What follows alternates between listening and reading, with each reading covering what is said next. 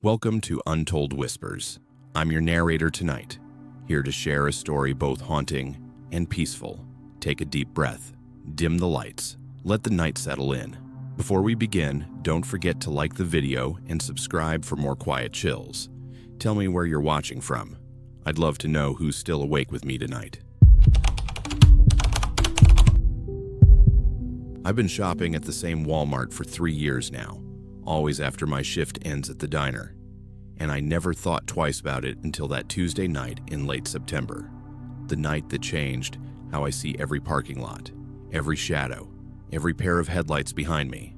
It was 9:47 p.m. when I finally pushed my cart out through the sliding doors, exhausted from pulling a double shift and just wanting to get home, microwave something, and collapse into bed. The parking lot was maybe half full, scattered cars here and there under the yellowish lights that barely pushed back the darkness. I'd parked somewhere near the garden center, like I usually do, because those spots are always empty, and I can get in and out quickly without dealing with the chaos near the main entrance. The thing is, I couldn't remember exactly where I'd left my car. I'd been so tired when I arrived that I hadn't paid attention, so I started walking down the row I thought was right, clicking my key fob every few steps and listening for that familiar beep. That's when I first noticed the sedan. It was a dark blue, or maybe black, four-door. Nothing to be about it. No distinguishing features I could make out in the dim light, but it was moving slowly behind me, maybe 30 feet back, crawling along like the driver was looking for a spot, even though there were empty spaces everywhere. I kept walking, kept clicking my fob, and the sedan kept following. I told myself I was being paranoid, that someone was probably just looking for their own car like I was. People do that all the time, but something felt wrong about the way it moved, the deliberate pace, the way it maintained that exact distance behind me. When I reached the end of the row without finding my car, I turned left and headed down the next aisle. The sedan turned too. My heart started beating faster, but I kept my pace steady. Didn't want to show I was rattled. Didn't want whoever was in that car to know I'd noticed them. I clicked my fob again and again. Come on, where are you? And finally, 3 rows over, I heard the beautiful sound of my own car beeping back at me. I changed direction, cutting across the empty spots toward the sound, pushing my cart faster now. The sedan didn't follow the lanes anymore. It cut across too, angling to keep me in sight. And that's when the fear really hit me, because there was no innocent explanation for that. No reason to drive through empty parking spaces, unless you were following someone. I reached my car and started loading groceries as fast as I could, hands shaking as I threw bags into the trunk. I kept glancing over my shoulder, and the sedan had stopped. It was just sitting there, 2 spaces away from me, engine running, headlights blazing directly at me so I couldn't see through the windshield, couldn't see who was inside or how many people there were. Nobody got out. The engine just kept running, that low idle that I could feel vibrating through the pavement, and those headlights stayed locked on me like searchlights, pinning me in place. I slammed the trunk and grabbed my cart. My hands were trembling so badly I could barely grip the handle. I pushed it toward the cart return, but it was back near the store entrance, and that meant walking past the sedan, walking into those headlights, exposing myself even more. I abandoned the cart right there in the empty space next to my car, fumbled with my keys, and practically threw myself into the driver's seat, hitting the lock button. The second the door closed, the solid thunk of the locks engaging was the most reassuring sound I'd ever heard.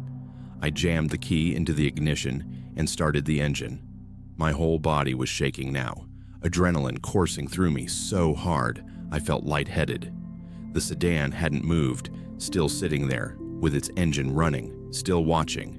I threw the car into reverse and backed out fast, too fast, nearly hitting the cart I'd left behind. Then I shifted into drive and punched the gas, tires squealing slightly as I accelerated toward the main entrance, toward the lights, toward where there would be people and cameras and safety. I didn't stop when I reached the well-lit area near the front doors. I pulled into an empty spot right under the brightest light I could find, directly in front of the main entrance where the security cameras would catch everything. and I sat there with my engine running and my doors locked, watching my rearview mirror, waiting. The sedan appeared about 30 seconds later. It came around the corner slowly, deliberately, and for a moment, I thought it was going to pull up next to me.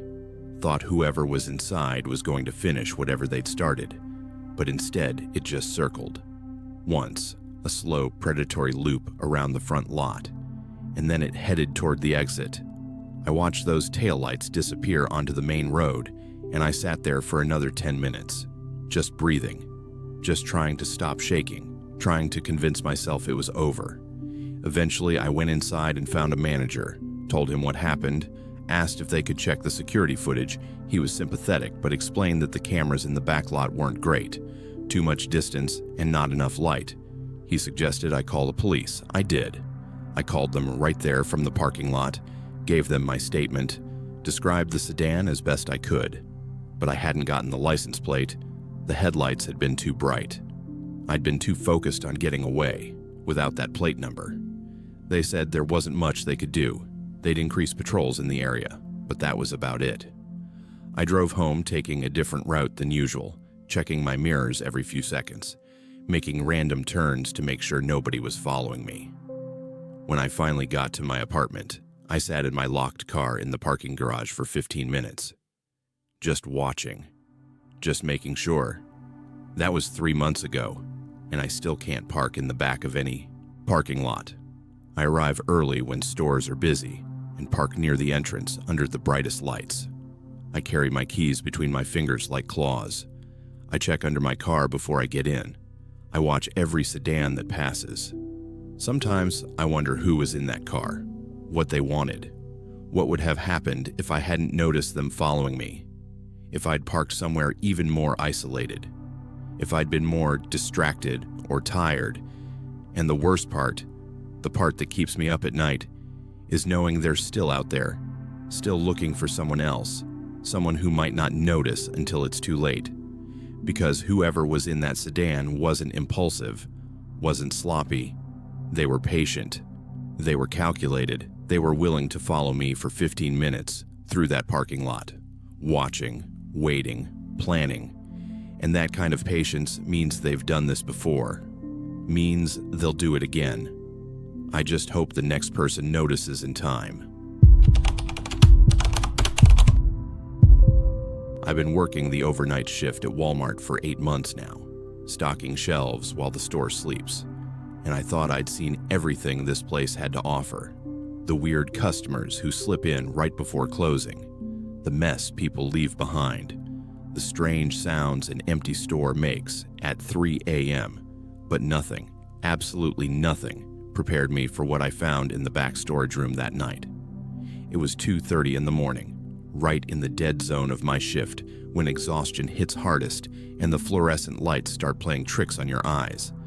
I'd been assigned to pull down some pallets from the high storage area, the kind of job nobody wants, because it means climbing up on the forklift and navigating through towers of merchandise that reach almost to the ceiling, back in the corners, where the light barely reaches and dust coats everything like snow. The storage room itself is massive, probably half the size of the actual store floor, with rows and rows of industrial shelving units creating these narrow corridors that seem to go on forever. It's always cold back there, always quiet except for the hum of the refrigeration units and the occasional creak of settling metal. Most nights, I'm the only one in there for hours at a time. I was maneuvering the forklift between two particularly tall stacks of seasonal merchandise, Halloween decorations that wouldn't hit the floor for another few weeks, when I noticed something odd. There was a gap in the stacking pattern, a space behind the pallets that shouldn't have been there.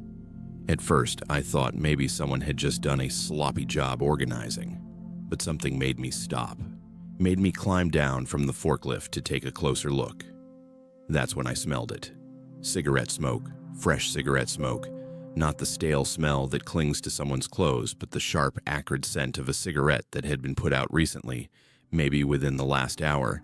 My heart started beating faster, because nobody, absolutely nobody, is supposed to smoke in the storage area. It's against every safety regulation we have. I pulled out my phone, turned on the flashlight, and squeezed between the pallets to see what was back there. And what I found made my blood run cold. Someone had built a living space. I'm not talking about someone who'd crashed there for a night. This was established, organized, intentional. There were blankets folded neatly in the corner, actual pillows stacked against the wall, a small battery-powered lantern, food wrappers from our own shelves organized in a makeshift trash pile, a bucket I didn't want to think too hard about, and personal items, a backpack, some clothes, a paperback book with a receipt marking the page. The blankets were the kind we sell in aisle 7, still had the tags attached. The food wrappers were from products I'd stocked myself just days ago. Whoever had been living here wasn't just hiding, they were shopping, taking what they needed right off our shelves while we worked. While I worked, maybe while I was just one aisle over, completely oblivious. My hands started shaking as I panned the flashlight around, trying to take it all in, trying to understand how long someone had been back here, how many nights I'd been working just feet away from someone's secret home, how many times they'd watch me pass by without me ever knowing. The cigarette smell was getting stronger, and I realized with growing horror that it wasn't just lingering. It was fresh because someone had been smoking here recently. Maybe minutes ago, maybe right before I arrived, I started backing away, slowly, quietly, my mind racing through the implications. If someone had been here recently, that meant they might still be here, might be watching me right now from another gap in the shelving, another dark corner I couldn't see. That's when I heard it. Movement. The distinct sound of fabric rustling, of weight shifting, coming from the opposite corner of the storage room. Not close, but not far enough away either. Somewhere in the darkness beyond my flashlight's reach. I didn't wait to investigate, didn't call out to ask who was there. Every instinct I had was screaming at me to get out, to get to an area with lights and people and witnesses. I turned and moved as fast as I could without running, squeezing back through the pallets, nearly tripping over my own feet in my panic to reach the forklift. I could hear footsteps now, slow, deliberate footsteps moving through the storage room. Not running, not chasing, just walking, like whoever it was knew I'd found their space and didn't care anymore about staying hidden. I didn't look back. I jumped on the forklift and drove straight to the front of the storage area, burst through the doors into the main stockroom, where 2 other employees were sorting inventory. I must have looked insane, pale and shaking and barely able to get the words out, but I told them everything. Showed them on my phone the photos I'd managed to snap of the living space. We called the overnight manager immediately. He called the police. Within 20 minutes, there were 3 cops searching the storage room with flashlights and radios. They found the living space exactly where I'd described it, photographed everything, bagged some items as evidence, but they didn't find anyone. Whoever had been back there was gone, slipped out somehow while I was getting help, vanished into the night like they'd never existed. The police said it happens more often than people think. Homeless individuals, or people in desperate situations, finding ways to live inside big box stores. The 24-hour operations and massive storage areas make it possible if someone's clever and careful enough. They'd dust for prints, check cameras, do what they could, but without catching the person in the act, there wasn't much hope of identification. Management increased security patrols, installed additional cameras in the storage areas, changed the locks on the back doors. For 2 weeks, everything seemed normal. I started to relax, started to think maybe whoever it was had moved on, found somewhere else to hide. Then I found the second space, different location, deeper in the storage room, newer items, a different blanket, different food wrappers, but the same setup, the same careful organization, the same evidence that someone was living in the walls of our store, watching us, studying our patterns, adapting. I put in for a transfer to day shift that same morning. Didn't even wait for my manager to arrive. Just left a note and walked out when my shift ended. They approved it within 48 hours. Nobody blamed me. Nobody questioned it. I work days now, 9 a.m. to 5 p.m., surrounded by customers and co-workers and natural light streaming through the front windows. but sometimes, when I have to grab something from the storage room, I still smell cigarette smoke where there shouldn't be any. Still hear footsteps in empty aisles. Still feel eyes watching from the dark spaces between the shelves. And I wonder if they're still there, still living in the gaps and shadows, still watching the new night crew the way they watched me, still surviving in a world that's learned to look right through them. I was just trying on jeans. That's all I was doing. Standing in a fitting room at Walmart with my 6-year-old daughter, sitting on the little bench playing with her stuffed rabbit. It was 6:15 on a Thursday evening. The store was moderately busy, families doing their weekly shopping, the hum of normal life happening just outside those thin walls. And I never imagined that something so violating could happen in such an ordinary moment. We'd been shopping for about an hour. My daughter needed new clothes for school, and I figured I'd try on a few things for myself while we were there. The fitting rooms weren't crowded, maybe 3 or 4 stalls occupied. I could hear other shoppers moving around, zippers going up and down, the rustle of fabric, all the normal sounds you expect. I just pulled off my shirt and was reaching for the first pair of jeans when my daughter said something about being hungry, asking if we could get McDonald's after we finished. I was answering her, telling her maybe, when I saw it. A phone. A smartphone with its camera lens pointing up, slowly emerging from under the partition wall of the stall next to mine, sliding across the floor inch by inch, angling itself to get a better view. I froze, completely froze. My mind went blank for a second because I couldn't process what I was seeing, couldn't make sense of it. The phone kept moving, adjusting its position, and I could see my own reflection in its dark screen. Could see myself standing there, half-dressed and vulnerable. My daughter asked me something.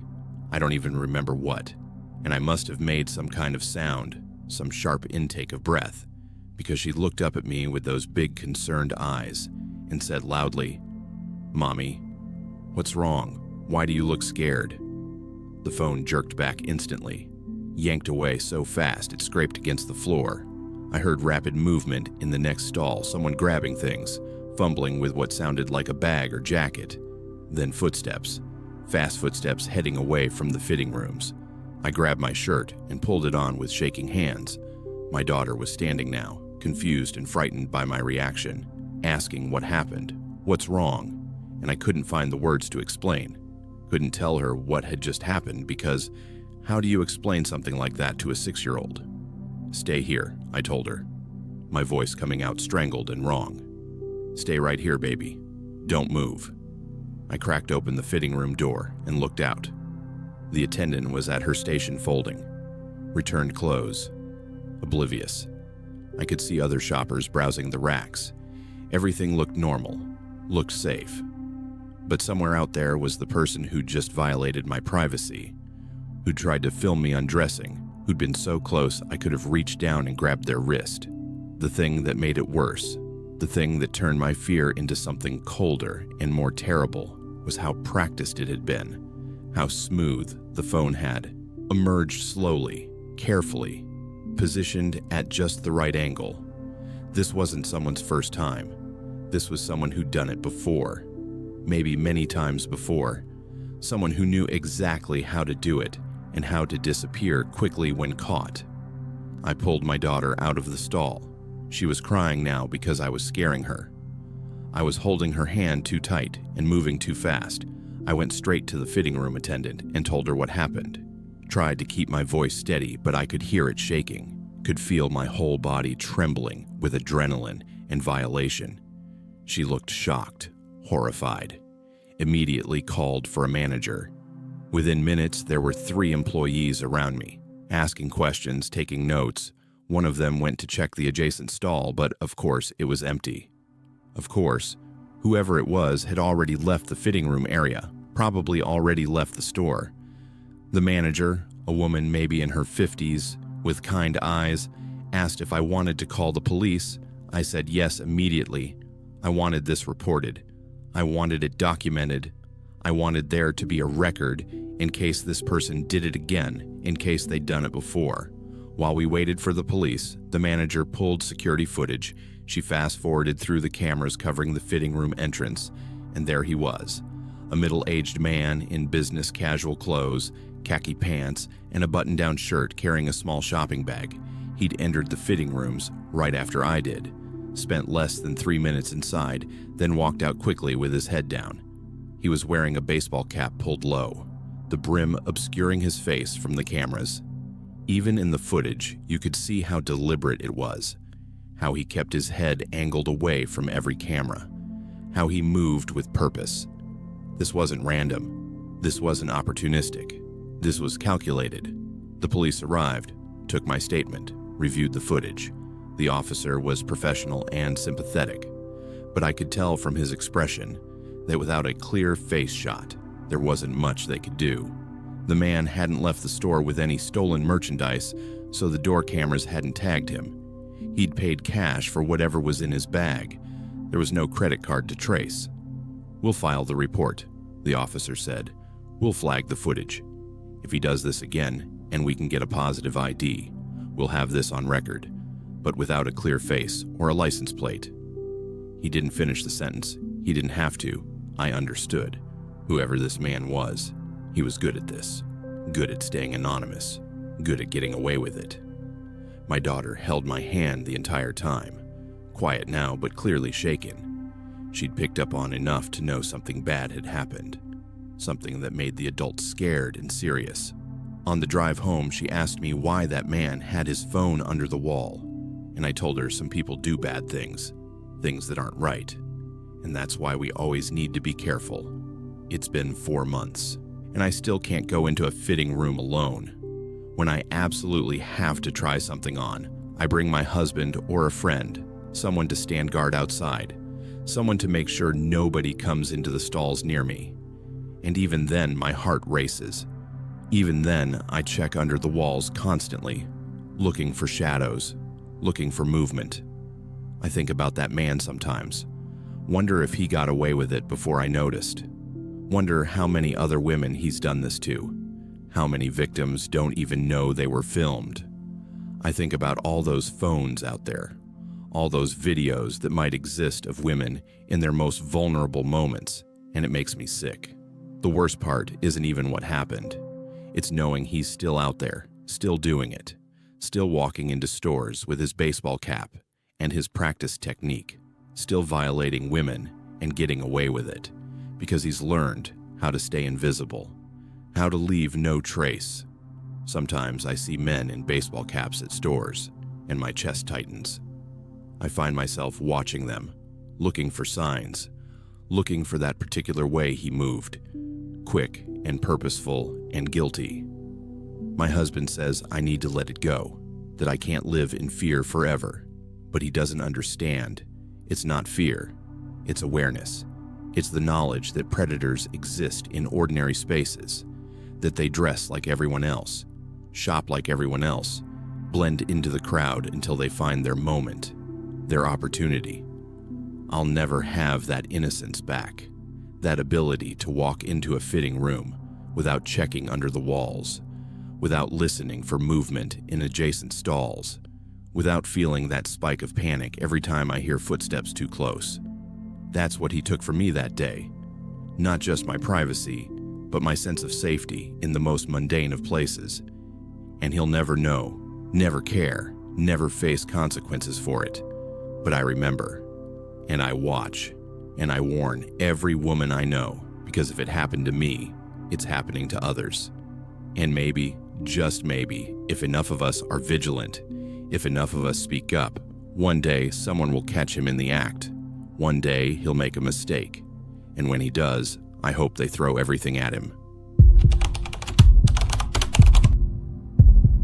I've been an assistant manager at this Walmart for almost 4 years now, which means I've done closing shifts more times than I can count, walked these aisles in the fluorescent silence after the last customers leave, made the rounds checking for stragglers hiding in the bathroom or passed out in the furniture section. But what happened that October night 10 minutes before closing, that was different. That was something I still can't fully explain. It was 10:50 p.m. when I started my final walkthrough, We'd already made 3 announcements, reminding customers we'd be closing at 11. Most people had cleared out. Just the usual handful of last-minute shoppers, grabbing forgotten items and heading for the registers.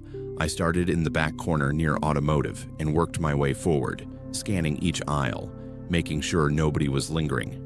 That's when I first saw him. A man in a brown jacket standing completely still in the sporting goods section. Just standing there, facing the shelves. Not shopping, not moving, not doing anything. His posture was rigid, unnatural, like someone had paused him mid-step and forgotten to press play again. "Sir, we're closing in 10 minutes, I called out from the end of the aisle. He didn't respond, didn't turn around, didn't even shift his weight. I waited a few seconds, then moved on, figuring he'd heard me and would make his way to the front. Some people just don't like being rushed.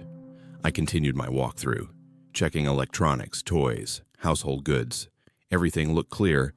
I was in the grocery section when I saw him again. Same brown jacket, same rigid posture, standing in the cereal aisle now, facing the shelves, with that same absolute stillness. My skin prickled because I'd just come from sporting goods, which was on the opposite side of the store. There was no way he could have gotten here that quickly without me seeing him pass, unless he'd been speedwalking while I was checking other sections. But something about that felt wrong, felt off. "Sir, we're closing. You need to head to the front," I said, louder this time, more firm. Again, no response, no movement, nothing. It was like talking to a statue. I walked closer, my footsteps echoing in the mostly empty store. "Sir, did you hear me?" He didn't acknowledge me at all, just kept staring at those cereal boxes like they held the secrets of the universe. I could see his face in profile now, slack and expressionless, eyes open but somehow vacant. I've dealt with people on drugs before, people having mental health episodes, but this was different. This felt wrong on a level I couldn't articulate. I decided to finish my walkthrough and deal with him on the way back. Maybe he'd snap out of whatever trance he was in. I moved through the rest of the store quickly, checking off sections in my head. When I reached the clothing department, I stopped dead. He was there. Same brown jacket, same position, standing motionless in the women's section, facing a rack of clearance shirts. The hair on the back of my neck stood up because this wasn't possible. I'd just seen him in grocery not 3 minutes ago. The store isn't that big. There's no way he could have moved from cereal to clothing without me seeing or hearing him. The floors creak, the lights buzz. You can hear everything in an empty store. But there he was, and now I noticed something I'd missed before. He wasn't just still, he was perfectly still. No breathing movement in his shoulders, no weight shifts, no small adjustments, just absolute motionless silence like a mannequin. The closing announcement played over the speakers, that automated female voice echoing through the store. "Attention Walmart shoppers, the store is now closed. Please bring your final purchases to the front registers. Thank you for shopping with us." Everyone else in the store started moving.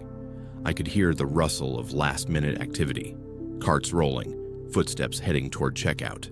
But the man in the brown jacket didn't move, didn't react, didn't even blink.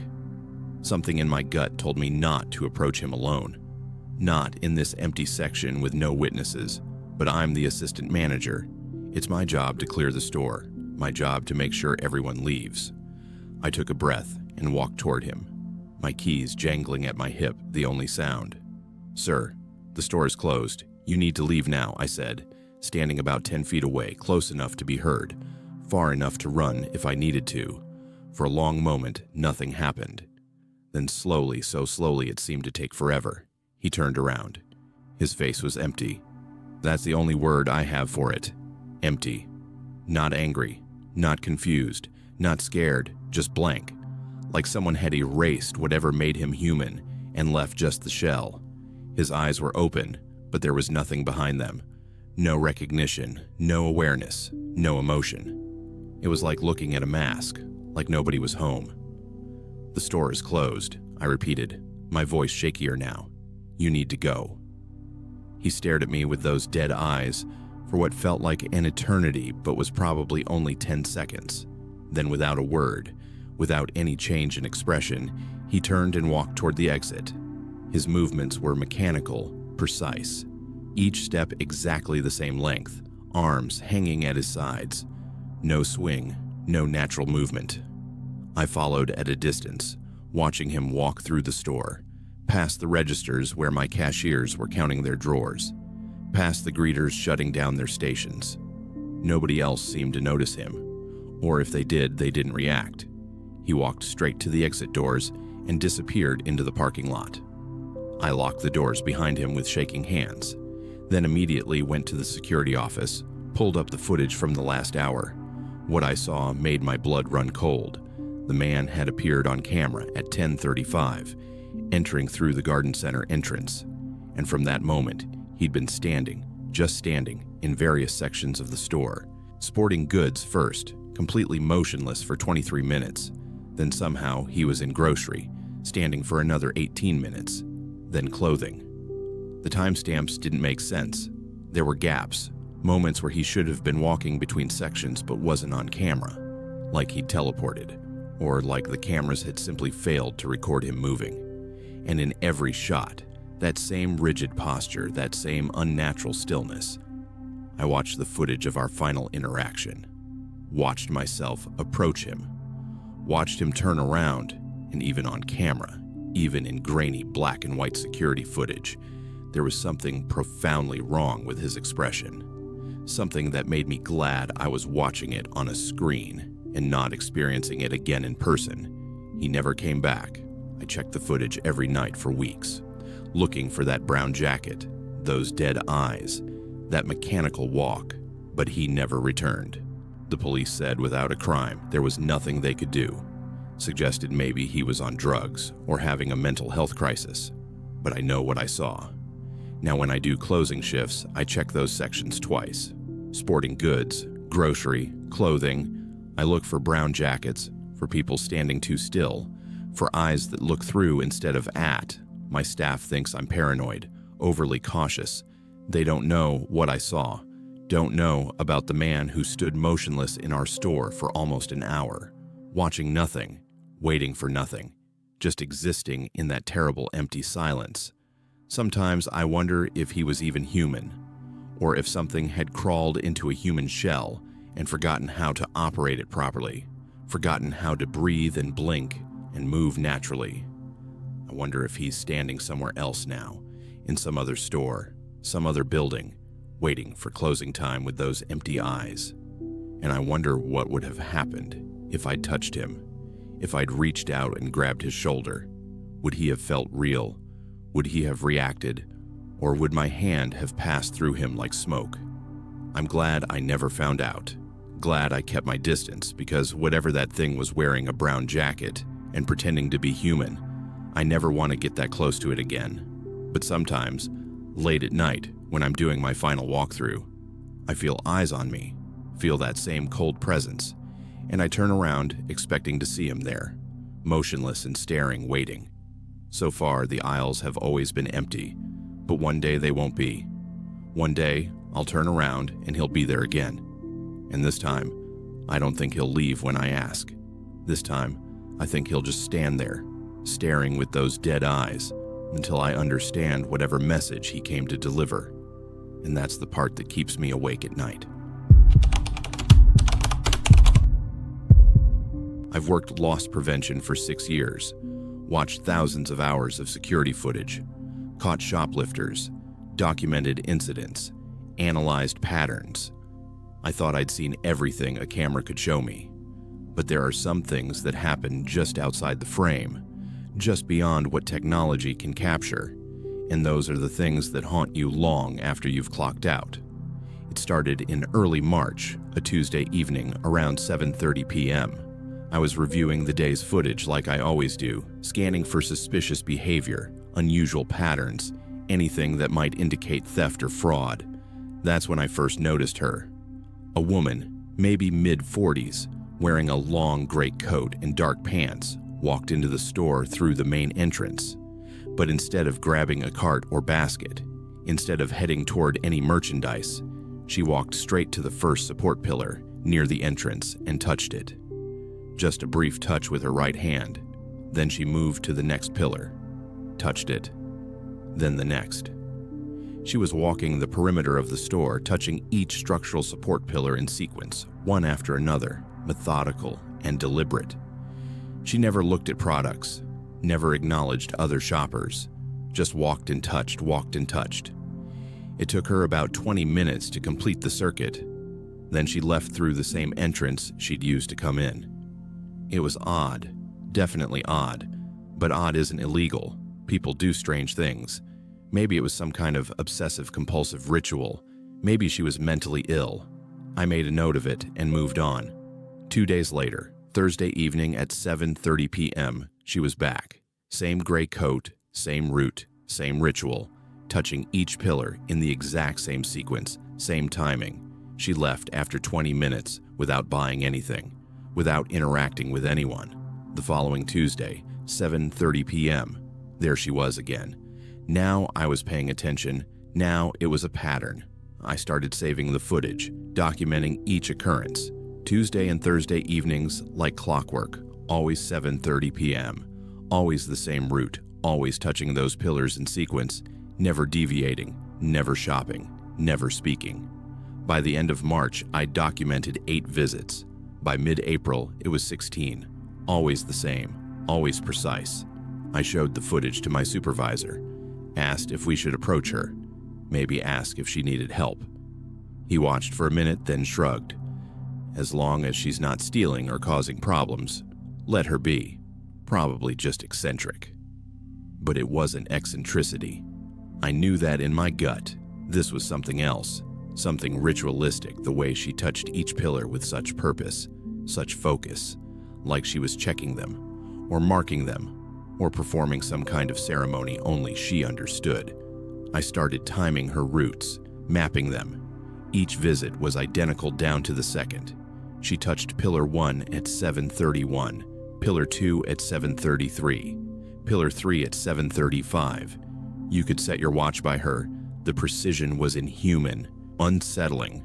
What made it worse was her expression, or lack of one. I zoomed in on the facial recognition cameras, enhanced the footage, and her face was blank, not peaceful, not troubled, just empty. She stared straight ahead as she walked, never looking left or right, never reacting to anything around her. People walked past her and she didn't blink. A child ran in front of her, and she didn't pause. She just kept walking, kept touching, kept completing her circuit. By June, I couldn't stop thinking about her. I'd review other footage during my shift, but my eyes would drift to the live feeds around 7:25 p.m. on Tuesdays and Thursdays, waiting for her to appear. And she always did, punctual as death.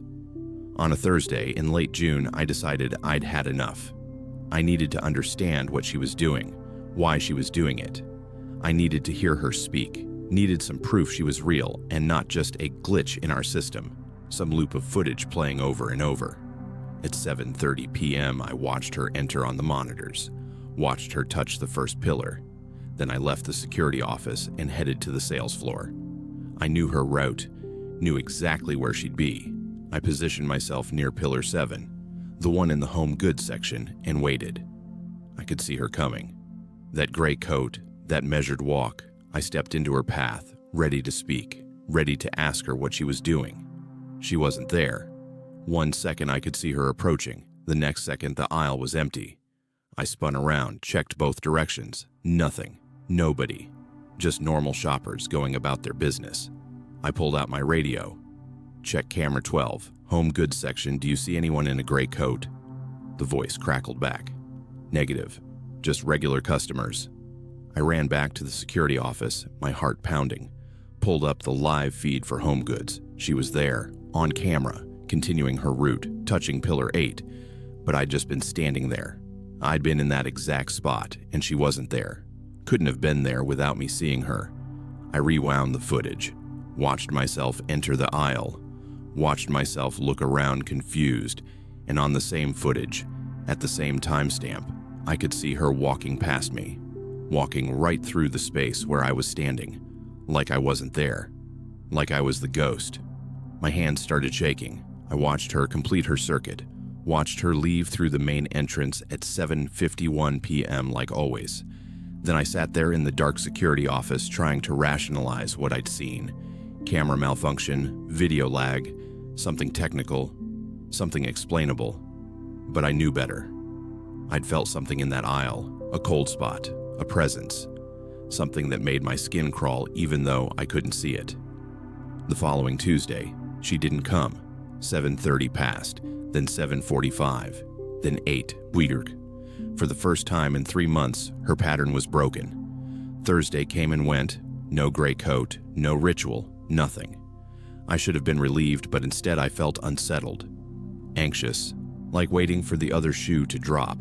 3 weeks later, I was in the break room when one of the veteran cashiers was showing photos on her phone, talking about a regular customer who'd been killed in a car accident the previous month. Such a sweet lady, she was saying. Always came in Tuesdays and Thursdays, never bought much, just liked to walk around. Said it helped with her anxiety. I asked to see the photo, my stomach already sinking, already knowing what I'd see. It was her, the woman in the gray coat, same face, same blank expression, but in this photo she was smiling, looked alive, looked human. When did she die? I asked, my voice barely above a whisper. Oh, about 3 weeks ago, late June. Terrible accident on the highway.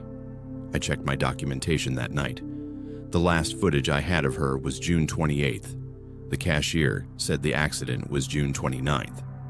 She'd been dead the whole time I was trying to approach her. Or maybe she'd been dying. Maybe those final visits were something else. Some part of her that hadn't accepted it yet, that kept following the routine even as her body lay broken in a hospital bed. I think about the dates now. Think about all those visits before June. Were those her, the real her, alive and physical? Or had she been dead longer? Had I been watching a ghost for months without realizing it? Had she been touching those pillars for reasons beyond human understanding? I requested a transfer the following week. Told my supervisor I needed a change, wanted to work at a different location. He approved it without question. Maybe he saw something in my face. Maybe he knew. I work at a different store now, different cameras, different faces. But sometimes, on Tuesday and Thursday evenings around 7:30, I find myself watching the monitors too closely, looking for gray coats, looking for that measured walk, looking for patterns that shouldn't exist. And sometimes, just sometimes, I see things in the footage that aren't there when I check the floor. Shadows that move wrong, figures that disappear between frames. And I wonder how many of the people I watch every day are actually there, actually real, and how many are just echoes, routines playing out long after the person performing them has gone. The cameras show everything. That's what we tell ourselves. That's what makes us feel safe. But I know better now. The cameras show what we can see, what we can understand. But there are layers beneath that, patterns within patterns. And some routines continue long after they should have stopped. She touched those pillars for a reason. I'm sure of it. But I'll never know what it was. Never understand what she was checking, or protecting, or trying to prevent. All I know is that every Tuesday and Thursday at 7:30 p.m., somewhere in my mind, she's still walking that circuit, still touching those pillars in sequence, still completing a ritual that death itself couldn't interrupt. And that's more terrifying than any shoplifter I've ever caught.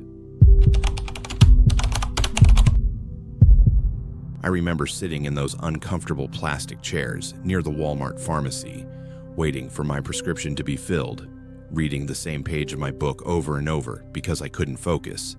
It was 8:20 p.m. on a Wednesday. The store was nearly empty, just the hum of fluorescent lights and the distant beep of a register somewhere up front. I'd picked this time specifically because I hate crowds, hate waiting in line with sick people, coughing and sneezing around me. The pharmacy waiting area was deserted except for me. Just a row of blue plastic chairs bolted to the floor and a small table covered in outdated magazines. I'd been sitting there maybe 10 minutes, my book open on my lap, wearing my favorite gray sweater and jeans, hair pulled back in a messy bun because I hadn't felt like doing anything with it after work. That's when the elderly man sat down next to me. I hadn't heard him approach, hadn't seen him in my peripheral vision. He was just suddenly there, sitting one chair over, close enough that I could smell his cologne, something old-fashioned and medicinal. He was maybe 75, 80 years old, wearing a brown cardigan and pressed slacks. His hair was white and neatly combed, his face deeply lined, but his eyes were sharp. Too sharp, the kind of eyes that saw too much. "She always sat right there," he said, his voice soft but clear, pointing at the exact chair I was occupying.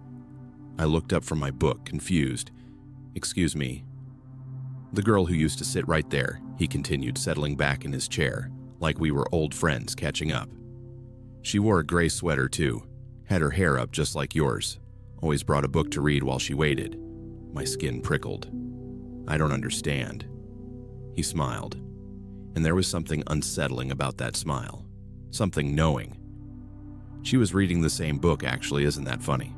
Same cover, same worn corners on the pages. She'd gotten to chapter 7 when I saw her last." I looked down at my book, a paperback mystery I'd bought at a thrift store. The corners were worn. I was on chapter 7. "How do you know that?" I asked, my voice coming out smaller than I intended. "I've been watching the pattern repeat for years now," he said calmly, like he was discussing the weather. "Different faces, different names, I suppose, but always the same. Gray sweater, hair up, that exact book, sitting in that exact chair, waiting for a prescription that takes just a little too long to fill." My heart started beating faster. "That's not possible." "Isn't it?"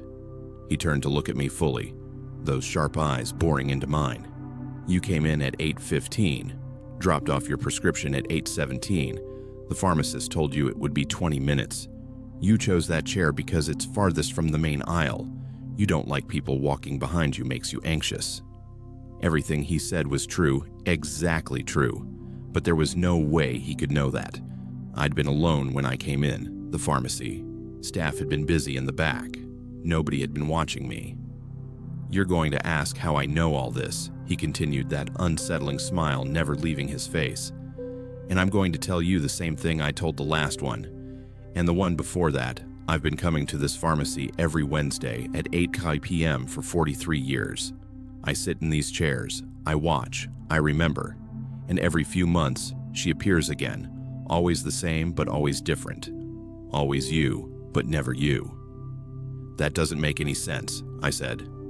But my hands were shaking. I closed my book, marked my place with my finger, even though I couldn't remember what page I'd been on. "It doesn't have to make sense," he said. "Patterns don't require understanding. They just require observation. I've seen her, seen you, 27 times now, 28 including tonight. Same clothes, same book, same chair, same prescription. You don't know what prescription I'm picking up." "Anxiety medication," he said without hesitation. "You've been taking it for 6 months. It helps, but not enough. You still have trouble sleeping, still have trouble in crowds. You came tonight because you can't face the daytime crowds, can't face being around too many people." Tears started forming in my eyes because he was right. He was completely right, and there was no possible way he should know any of this. "Why?" I whispered. "Why are you telling me this?" He leaned closer, and I could smell that medicinal cologne stronger now, could see every line in his ancient face. "Because someone should know. Someone should remember that they're part of something larger, something cyclical. You think you're here by chance, by choice, but you're here because you've always been here, will always be here, in this chair, with that book, wearing that sweater, waiting." "Stop," I said. "Please stop. The pharmacist will call your name in 90 seconds, he said, checking his watch, an old analog watch with a leather band. "You'll get your medication, you'll leave, you'll tell yourself this was just a strange encounter with a confused old man, but deep down, you'll know. You'll feel it. The weight of repetition. The echo of all the times you've done this before. All the times you'll do it again." "I've never been here before," I insisted. But even as I said it, I felt uncertain. The pharmacy waiting area felt familiar in a way that went beyond the few minutes I'd been sitting there. like I'd spent hours, days, years in this exact spot. The intercom crackled to life. Prescription ready for pickup. I stood up quickly, too quickly. My book fell from my lap and hit the floor. I bent to pick it up, and when I straightened, the elderly man was looking at the empty chair I'd just vacated. "She always drops the book," he said softly, almost to himself. "Right at the end, she always drops the book." I backed away, clutching my book to my chest. "Who are you?" "Just an observer," he said. "Just someone who's been watching long, enough to see the patterns, long enough to know that some things repeat whether we want them to or not." The pharmacy tech called my name again, more insistent this time. I turned and walked to the counter, got my prescription, signed the paperwork with shaking hands. When I turned back to look at the waiting area, the elderly man was gone. The chairs were empty, had been empty. The pharmacy tech saw me looking and asked if everything was okay. "The man who was sitting there," I said, pointing. "The elderly man in the brown cardigan." She looked confused. "There hasn't been anyone else here for the last half hour, just you." "But he was right there. He was talking to me." She glanced at her coworker. They exchanged a look. "Ma'am, you've been sitting alone this whole time. I could see you from the counter." I pulled out my phone, hands trembling. "Check your cameras, check your sign-in sheet. He must have checked in for a prescription." The pharmacist came to the counter, concerned now. They pulled up the security footage on their computer, showed me the last 30 minutes. There I was, sitting alone, reading my book, my lips occasionally moving like I was talking to someone, but the chair next to me was empty, had always been empty. "Are you feeling all right?" the pharmacist asked gently. Sometimes medications can cause side effects. But I hadn't taken the medication yet, hadn't even opened the bag. I left without explaining further. What could I say that wouldn't make me sound insane? I got in my car and sat in the parking lot for 20 minutes, trying to process what had happened, trying to convince myself it had been a hallucination, stress, exhaustion, something explainable. But his words kept echoing in my head. The pattern repeats. Always the same, but always different. Always you, but never you. I drove to a different Walmart the following week for my refill, one on the other side of town, different pharmacy, different waiting area, different plastic chairs. But when I sat down with my book, when I pulled my hair back because it was bothering me, when I realized I was wearing a gray sweater again without thinking about it, I felt it. The weight of repetition, the echo of all the times before. And I wondered how many versions of me had sat in how many waiting areas, wearing gray sweaters and reading worn paperbacks, waiting for prescriptions that took just a little too long to fill. I wondered if somewhere, in some other pharmacy, an elderly man in a brown cardigan was sitting in plastic chairs, watching, counting, keeping track of patterns that most people never notice. And I wondered what happens when you finally see the pattern, when you finally understand that you're not living your life so much as following a script written by repetition and routine. I still take my medication, still pick it up at that different Walmart, but I never sit in the waiting area anymore. I stand at the counter, I pace, I do anything but sit in those chairs. Because if I sit, if I let myself fall into that pattern, I'm afraid I'll hear his voice again, soft and certain, telling me about all the other versions of me who sat in that exact spot, wearing that exact sweater, reading that exact book. And I'm terrified that one day I'll look in the mirror and see not myself, but all of them. All the iterations, all the repetitions stacked on top of each other like photographs, identical but separate, trapped in a pattern that repeats long after we think we've broken free. "The pattern repeats," he said, "and God help me." I think he was right. I'd been working the night shift at Walmart for 3 weeks when I learned about the woman in aisle 7. 3 weeks of quiet floors and flickering lights and the particular loneliness that comes with stocking shelves while the rest of the world sleeps. I thought I was getting used to it. Thought I understood the rhythm of overnight work. But that conversation in the break room changed everything. It was 11:15 p.m., right in the middle of my shift.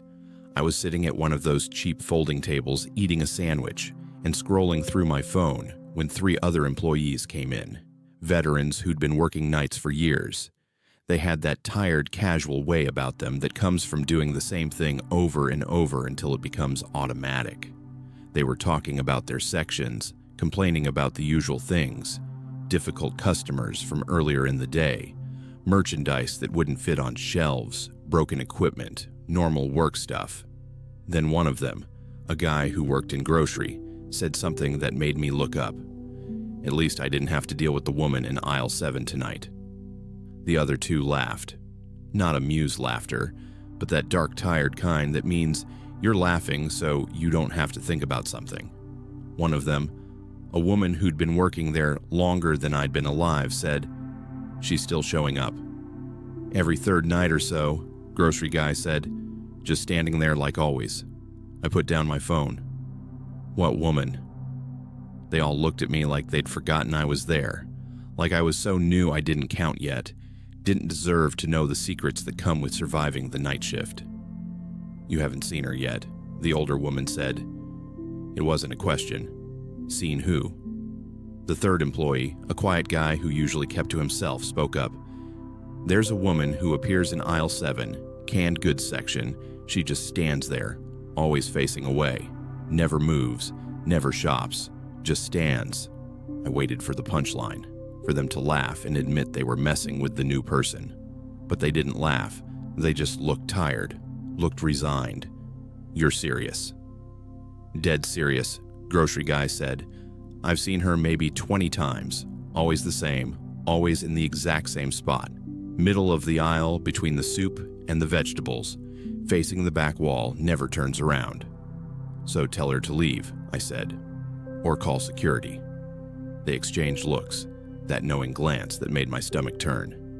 "Management knows," the older woman said quietly. "Everyone knows. We've all reported it, dozens of times over the years. They check the cameras, send someone to investigate, never find anything. Eventually, they just stopped responding to reports." "That doesn't make sense." "None of it makes sense," quiet guy said. "But after a while, you learn to just ignore it. Walk past, don't look, don't engage. She's just part of the store now, like the broken tile in aisle 3, or the light that flickers in the bathroom." I felt cold, suddenly, despite the stuffy warmth of the break room. "How long has this been happening?" "Years," grocery guy said. "I've been here 5 years. She was already a thing when I started. I talked to someone who worked here in the early 2000s. He said people were seeing her back then too." "What does she look like?" The older woman shook her head. "That's the thing. Nobody can quite remember. You see her, you know it's her. But later when you try to describe her, you can't. It's like the details slip away. Dark hair maybe," grocery guy offered. "Or light hair, average height, wearing, I don't know, something normal. The more you try to remember, the less you can." "Have you ever tried to approach her?" I asked. "Tried to see her face?" The silence that followed was heavy, suffocating. Finally, quiet guy spoke. "I did once. My first month here. I thought everyone was pranking me. Thought I'd expose the joke. I walked right up to her, got maybe 3 feet away. And she was gone," he said, his voice flat, empty. "1 second she was there, solid and real. The next second I was standing in an empty aisle, but I could still feel her, could still sense her presence, like she'd just stepped into a dimension I couldn't see. I quit for 2 weeks after I saw her the first time," the older woman admitted. "Came back because I needed the job, convinced myself I'd imagined it. Then I saw her again. And again, eventually you just accept it, ignore it, survive it." I wanted to laugh, wanted to tell them they were all crazy, but something in their faces stopped me. They weren't joking, weren't exaggerating. They were just tired people sharing a truth they'd learned to live with. "What happens if you don't ignore her?" I asked. "Nothing," grocery guy said. "Nothing happens. She just stands there. That's what makes it worse somehow. If she did something, if she moved or spoke or attacked, at least that would be understandable, but she just exists, wrong and impossible and undeniable. The break ended, and we all went back to our sections. But I couldn't stop thinking about aisle 7. Couldn't stop wondering if they were telling the truth or if this was some elaborate hazing ritual for new employees.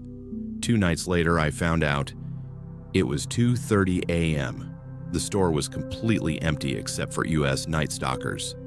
I was working in aisle 9 when I heard it, or rather felt it, a presence, a wrongness in the air that made my skin crawl. I walked toward aisle 7 slowly, my cartwheels squeaking in the silence, telling myself I was being ridiculous, letting their story get in my head. I turned the corner, and there she was, standing in the middle of the aisle, between the soup and the vegetables, exactly where they'd said she'd be, facing away, completely motionless. My breath caught in my throat because she was real, solid, undeniably present. I could see the fabric of her clothes, could see her hair, could see her shoulders rising and falling slightly, as if breathing. But even as I looked at her, I knew I wouldn't be able to describe her later. The details were already slipping, already becoming vague and uncertain. I stood there for what felt like an eternity, watching her not move, not react, just existing in that terrible stillness. Then I did what they'd warned me not to do. I walked toward her. Each step felt like moving through water, like reality was thicker near her, harder to navigate.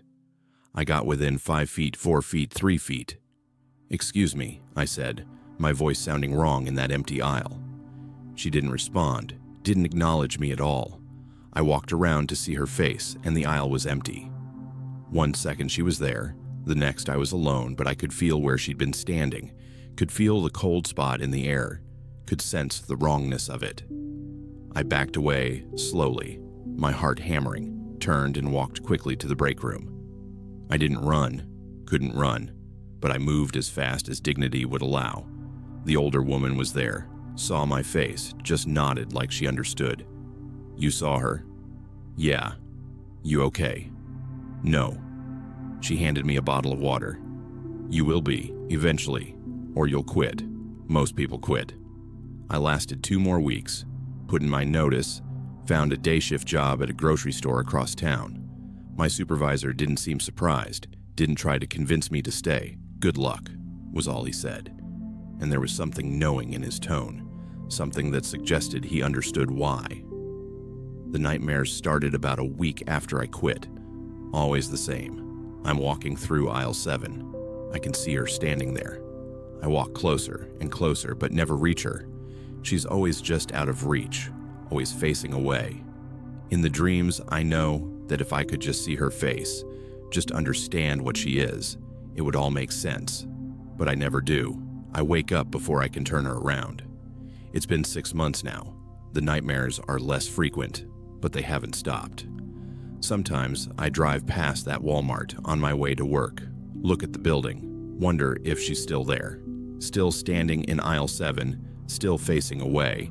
I wonder how many employees have seen her over the years, how many have quit, how many have learned to ignore her, how management can know about something like that and just accept it. But mostly, I wonder what she's waiting for, what she's watching, why she's there. Because that's the thing nobody talks about. The question nobody wants to ask. She's not random, not arbitrary. She's there for a reason, watching something, guarding something, waiting for something. And the fact that nobody knows what that something is, the fact that management has accepted her presence as just another aspect of the store, that's what keeps me awake at night. There are things in this world that exist in the spaces between normal and impossible, things that institutions learn to ignore, because acknowledging them would mean admitting that reality isn't as solid as we pretend. The woman in aisle 7 is one of those things. And she's still there, still standing, still facing away. And somewhere, right now, a new employee is hearing about her for the first time, learning that some things you just have to accept, just have to ignore, just have to survive. I hope they're smarter than I was. I hope they never walk down aisle 7 at 2:30 a.m., never try to see her face, never learn what it feels like to watch reality fold in on itself. But I know they will. Curiosity is human nature, and the woman in aisle 7 has been waiting there for years, patient and motionless, ready for the next person who needs to learn that some mysteries should stay unsolved. I've been an automotive technician for 7 years, worked on thousands of cars, spent more hours under vehicles than I care to count. You get comfortable with it after a while, the confined space, the weight suspended above you, the mechanical trust you place in hydraulic lifts and safety locks.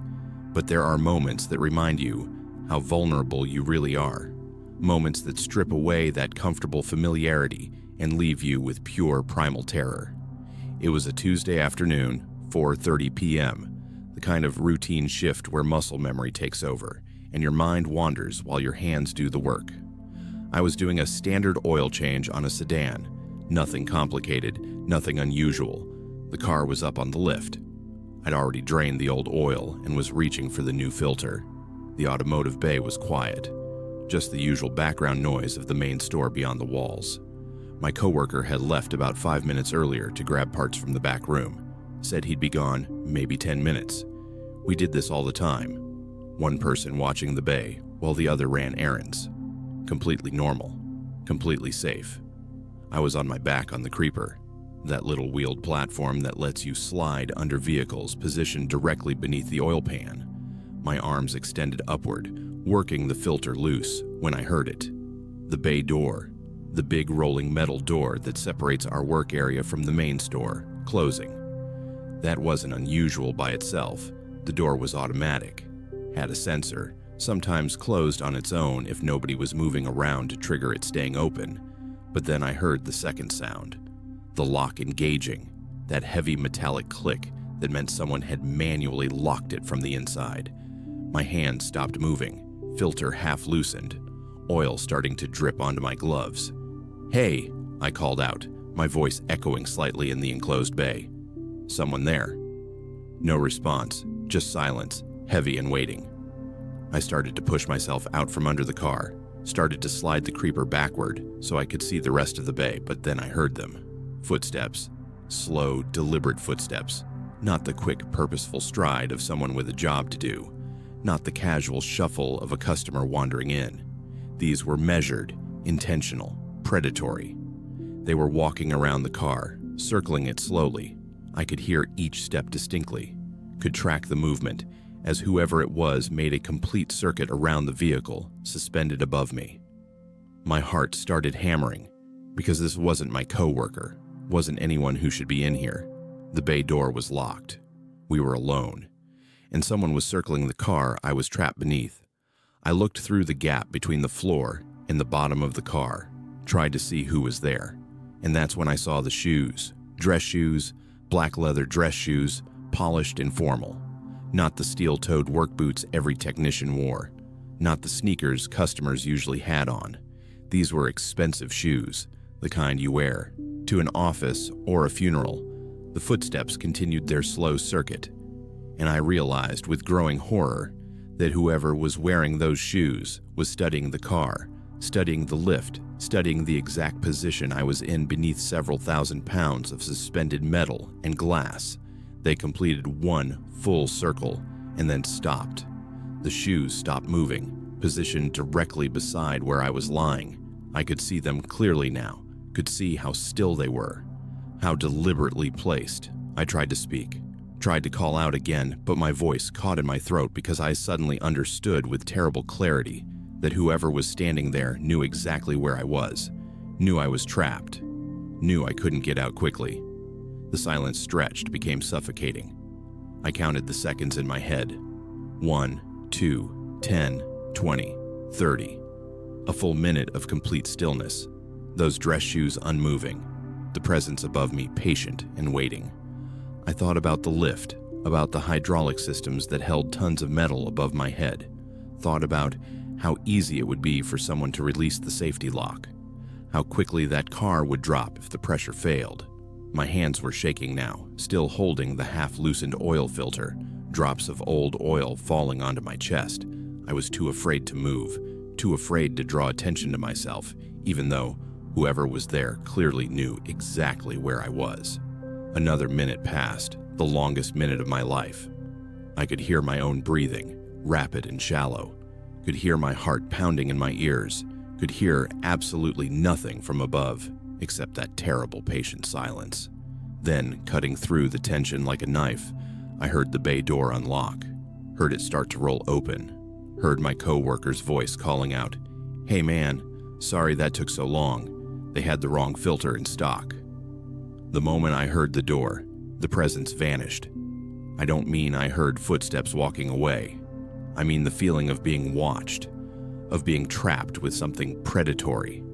It just disappeared, like a switch had been flipped. I pushed myself out from under the car so fast I nearly fell off the creeper, scrambled to my feet, looked around the bay wildly.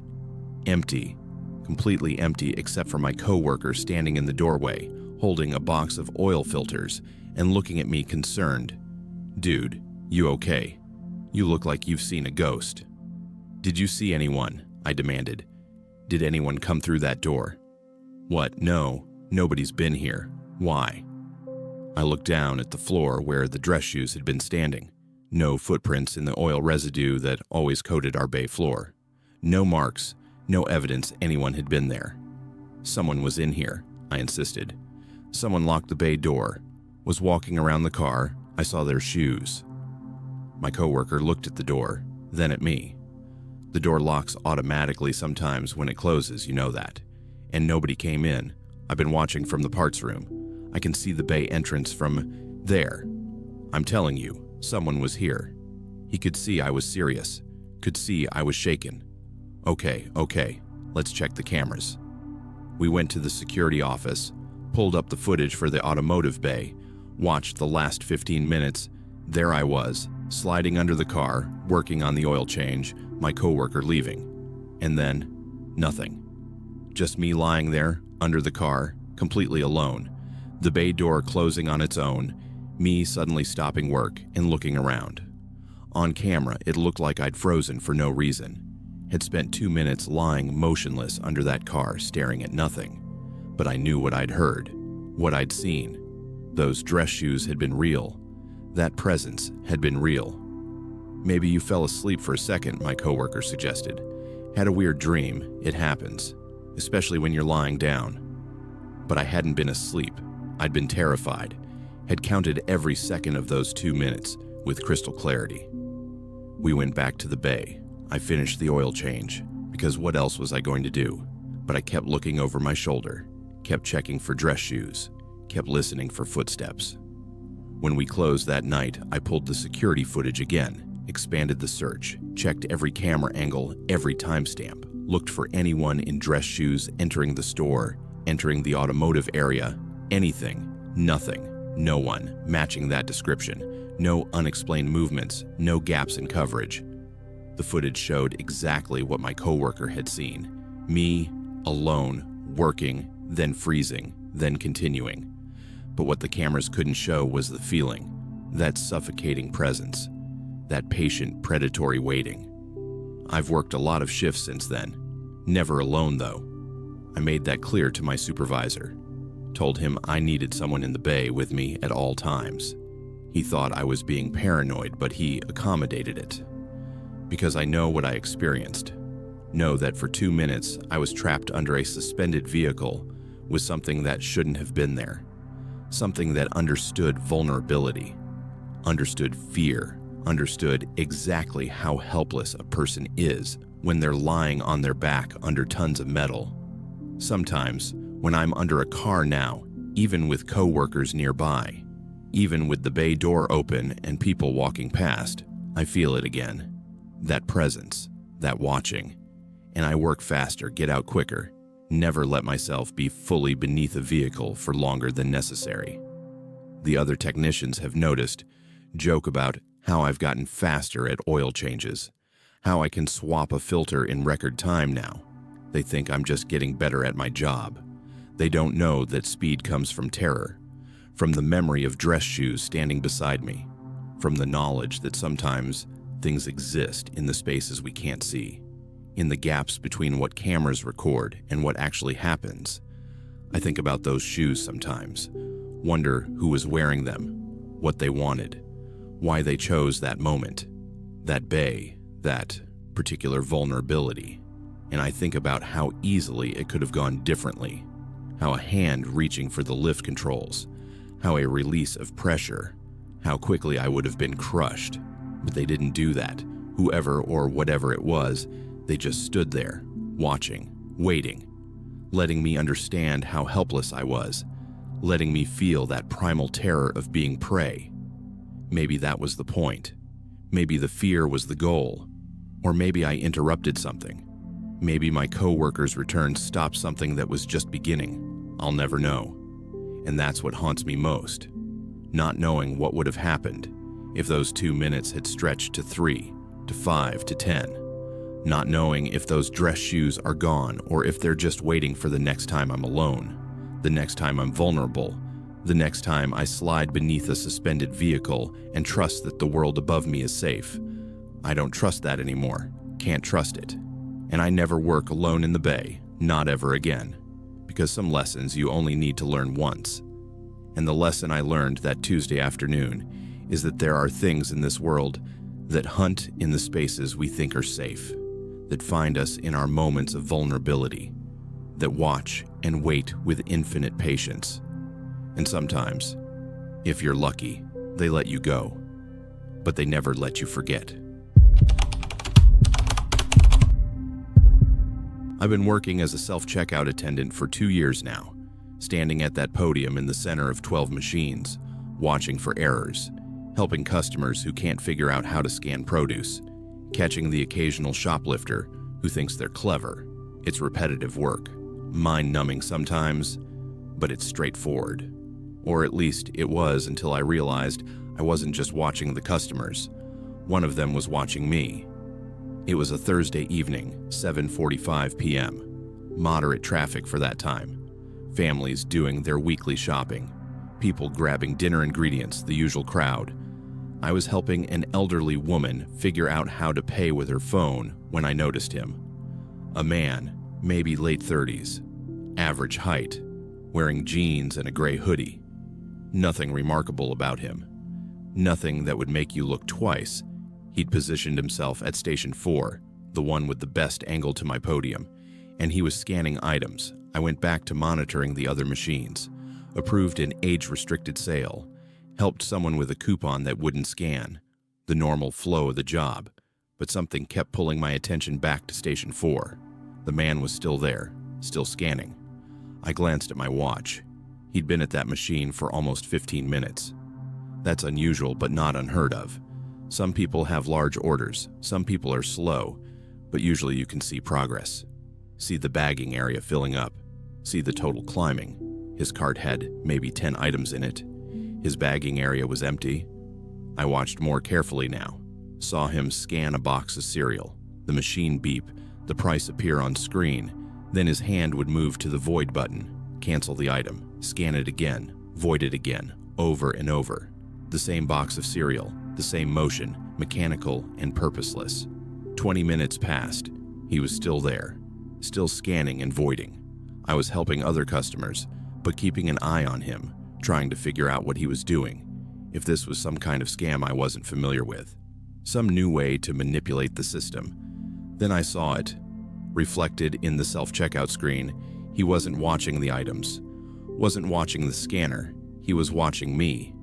His eyes were locked on my reflection in that black screen, tracking my movements as I walked between machines, as I helped customers, as I stood at my podium. My skin crawled, but I told myself I was being paranoid.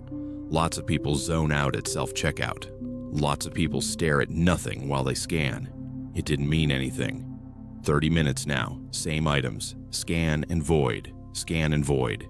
His total never going above $15 before he'd void everything and start again.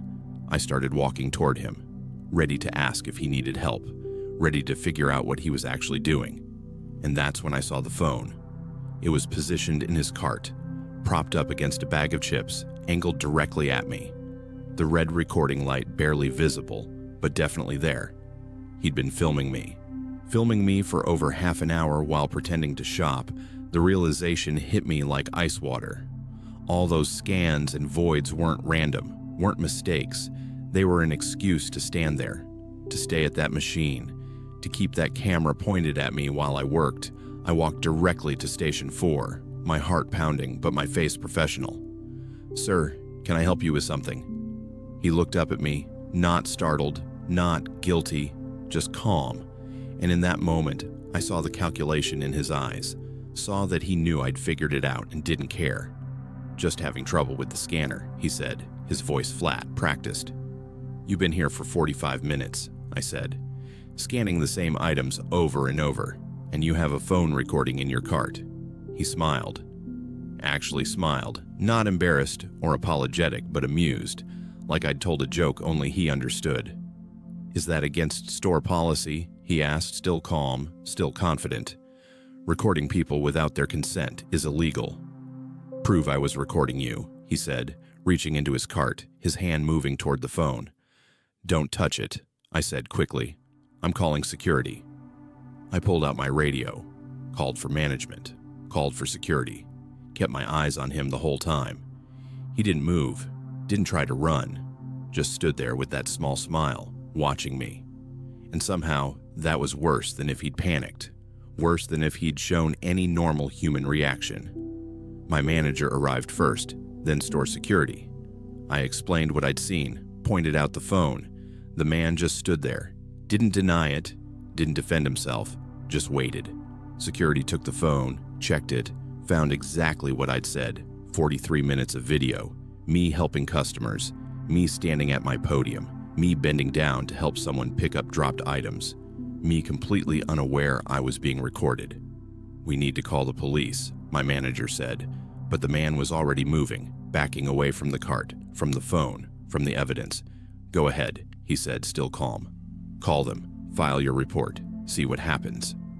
Then he turned and walked out. Not running, not hurrying, just walking like he had every right to be there, like he knew nothing would come of it. Security tried to follow, but he was already in the parking lot, already getting into a car, already gone. We called the police anyway, filed a report. They took statements, took the phone as evidence, reviewed the security footage. The footage showed him entering the store at 7 p.m., showed him deliberately choosing Station 4, showed him setting up the phone, showed everything. Management pulled his purchase history. Turned out he was a regular, came in 2 or 3 times a week, always used self-checkout, always Station 4 if it was available, always when I was working. How long had he been doing this? How many times had he recorded me before I noticed? The thought made me physically ill. The police said they'd investigate, said they'd press charges if they could identify him from the license plate. But the way they said it, I could tell they didn't think it would go anywhere. 2 weeks later, I got a call. The case was closed, insufficient evidence for prosecution. He'd claimed the recording was accidental, that he'd been filming himself to practice using the self-checkout, that I just happened to be in frame. His lawyer had made it sound plausible enough that charges were dropped. I felt violated all over again, felt the system fail me in real time. I kept working, kept watching the self-checkout machines, but now I was hyper-aware of phones, of angles, of people who lingered too long. I started wearing my hair down to cover more of my face, started positioning myself differently at the podium. 3 months later, I was shopping at a different Walmart across town, needed to pick up something after visiting a friend. I was walking through the store when I saw him. Same man, same gray hoodie, standing at a self-checkout station, phone positioned in his cart, scanning and voiding the same items over and over. Different store, different attendant, same setup. I watched for a minute, felt sick, then I walked to the customer service desk, asked for a manager, explained what I was seeing, showed them the police report number from my case. The manager looked uncomfortable, said they'd look into it, said they appreciated me bringing it to their attention, but I could tell from her tone that nothing would happen, nothing would change. I filed another police report, called the detective who'd handled my case, explained what I'd seen. He said he'd follow up, but I never heard back. The man kept shopping there. I know because I checked. Drove by that Walmart on my way home sometimes. Saw his car in the parking lot. Knew he was inside. Knew he was recording someone. Knew that whoever was working self-checkout that night had no idea they were being watched, being filmed, being violated. And there was nothing I could do about it. That's the part that haunts me most. Not the recording itself. Not even the violation of privacy.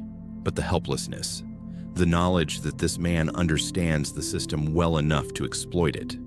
Understands that as long as he doesn't physically touch anyone, as long as he can claim it was accidental or for personal use, he can keep doing this. He's probably still doing it. Probably found other Walmarts, other self-checkout attendants, other women to film without consent. I transferred to a different position, working in the back now. No customer interaction, no cameras except the security ones that actually have a purpose. But sometimes, when I shop, when I use self-checkout at any store, I look around, check for phones and carts, check for people scanning and voiding the same items over and over, check for that calculated patience that suggests someone is there for reasons beyond shopping. And I see them sometimes, see people who linger too long, who position themselves too deliberately, who watch the attendants instead of their screens. I report them when I can, tell management when I see it. But it never goes anywhere, never results in consequences. Because we've built a system that protects privacy in theory, but fails to enforce it in practice. We've created spaces full of cameras and recording devices, and no clear rules about who can film whom and why. And people like him, people who understand the gaps in protection, people who have the patience to exploit those gaps, they thrive in that ambiguity. I think about all the women who've been recorded without knowing, all the footage that exists on phones and hard drives and cloud storage, all the violations that never get reported because the victims don't know they're victims. And I think about how he smiled when I confronted him. That calm, confident smile that said he knew he'd get away with it. He was right. He did get away with it. And somewhere, right now, he's probably standing at a self-checkout station, phone positioned just right, recording someone who thinks they're just doing their job, someone who doesn't know they're being watched, just like I didn't know until it was too late. I've been an overnight manager at Walmart for 5 years. Which means I know this store better than I know my own apartment. Every aisle, every storage room, every lock and alarm and camera blind spot. I know the rhythm of restocking shifts, the particular silence that settles over a massive retail space at 2 a.m., the way shadows move when you're the only person walking these fluorescent lit corridors. Or at least, I thought I was the only one who knew the store this well. It started small, so small I almost missed it. I was doing my routine walkthrough at 1:30 a.m., checking that my crew had properly restocked their assigned sections, making sure everything was ready for the morning shift, when I noticed something odd in the pharmacy section. There were products on the shelves behind the counter, the secure area where we keep controlled medications, the area that stays locked unless a pharmacist or manager with proper clearance opens it. I hadn't opened it that night. The pharmacy staff had left at 9 p.m. I was the only manager on duty with that level of access. Yet there were new products stocked, items that had been sitting in our delivery area just hours ago, now neatly arranged on shelves behind a door I knew for certain had been locked. I checked the logs. My keycard was the only one with pharmacy access on the overnight shift. No entry recorded, no alarm triggered, nothing. I told myself someone from the evening shift must have done it before leaving, must have forgotten to log out properly. It was the only explanation that made sense. 2 nights later, I found a shopping cart in the compactor room. This shouldn't be possible. The compactor room is behind 2 locked doors, both equipped with alarms that sound if they're propped open for more than 30 seconds. There's no reason for a shopping cart to be back there. No way to get one through those doors without triggering alerts. Yet there it was, sitting in the corner, like it had always belonged there. I checked the alarm logs. Nothing. No triggers, no entries. The doors had remained secure all night, according to the system. Now I was paying attention. Now I was looking for things out of place. Over the next week, I found more. A pallet of merchandise moved from one storage area to another, areas I hadn't assigned anyone to access. Inventory relocated in ways that made no sense, items appearing in sections before I'd given authorization to stock them. Someone was moving through the store during my shifts. Someone with keys. Someone who knew how to avoid the alarms. Someone who understood my routines well enough to do this while I was occupied elsewhere. Then I found the first note. It was on my desk in the manager's office. Just a piece of paper torn from a notebook, handwritten in neat block letters. You always check grocery first, then electronics, then clothing. Very predictable. My blood ran cold because it was true. I did follow that route, had been following it for years. It was efficient. It made sense. But the fact that someone had been watching long enough to document my pattern, that someone had access to my locked office to leave this note, that was terrifying. I changed my routine immediately, started checking sections in random order, varied my timing, tried to be unpredictable. 3 days later, another note, this time taped to the bathroom mirror in the employee restroom. Nice try, but I know you take your break at 2:45. You always park in spot 47. You always bring coffee from the same shop. The level of detail made me physically sick. This wasn't just someone who worked in the store. This was someone who'd been studying me, tracking my movements both inside and outside work. Someone who knew things they shouldn't. Couldn't possibly know unless they'd been following me. I started looking at my staff differently, wondering which of them was doing this. The night crew was small, maybe 15 people total. I knew most of them by name. Had worked with some for years, but now every interaction felt suspicious. Every conversation felt like it might be gathering more information. I installed a camera in my office, a small wireless one that uploaded footage to the cloud. If someone was entering when I wasn't there, I'd have proof. For a week, nothing happened. No notes, no moved inventory, no unexplained occurrences. I started to think maybe the camera had scared them off. Maybe knowing they could be caught was enough. Then I reviewed the footage from a night I'd been off, a night when the assistant manager had covered my shift. At 3:17 a.m., my office door opened, but the camera showed nothing, just the door swinging open on its own, staying open for approximately 4 minutes, then closing. During those 4 minutes, objects moved, papers on my desk shifted, my chair rolled backward, the filing cabinet opened and closed, but nobody was visible on camera. Nothing, just objects moving by themselves. I watched that footage 20 times, tried to rationalize it. Camera malfunction, video corruption, something technical and explainable, but I couldn't explain the next part. The next night I was back on shift. Found another note, this one in my locked desk drawer. Nice camera, doesn't help though, does it?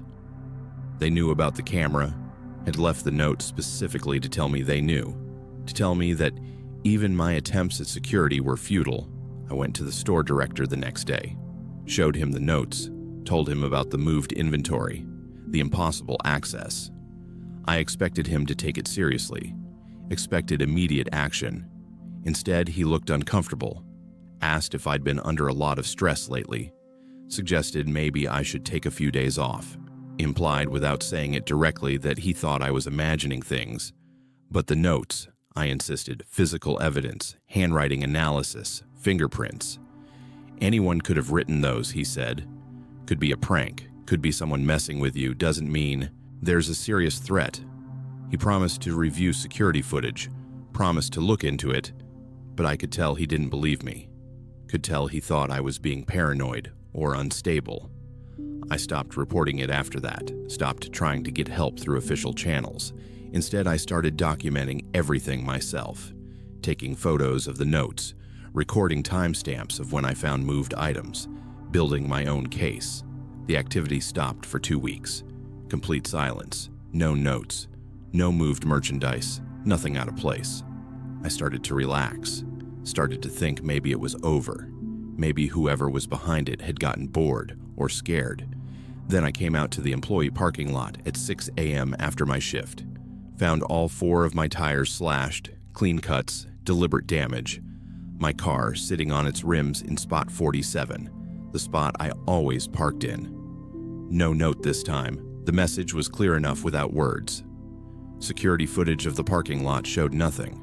Whoever did it knew where the cameras were, knew the blind spots, moved through them like a ghost. I called the police, filed a report. They took photos, took statements. But without footage or witnesses, there was nothing they could do. I put in my 2 weeks' notice that day. Couldn't do it anymore. Couldn't work in a place where I felt hunted, where someone knew my every move, where I couldn't even trust that my car would be safe in the employee lot.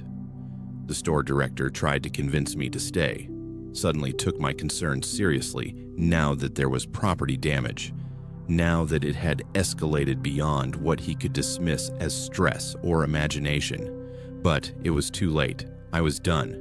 I found a job at a different company, different industry, different everything. I never learned who was behind it, never got answers, never achieved any closure.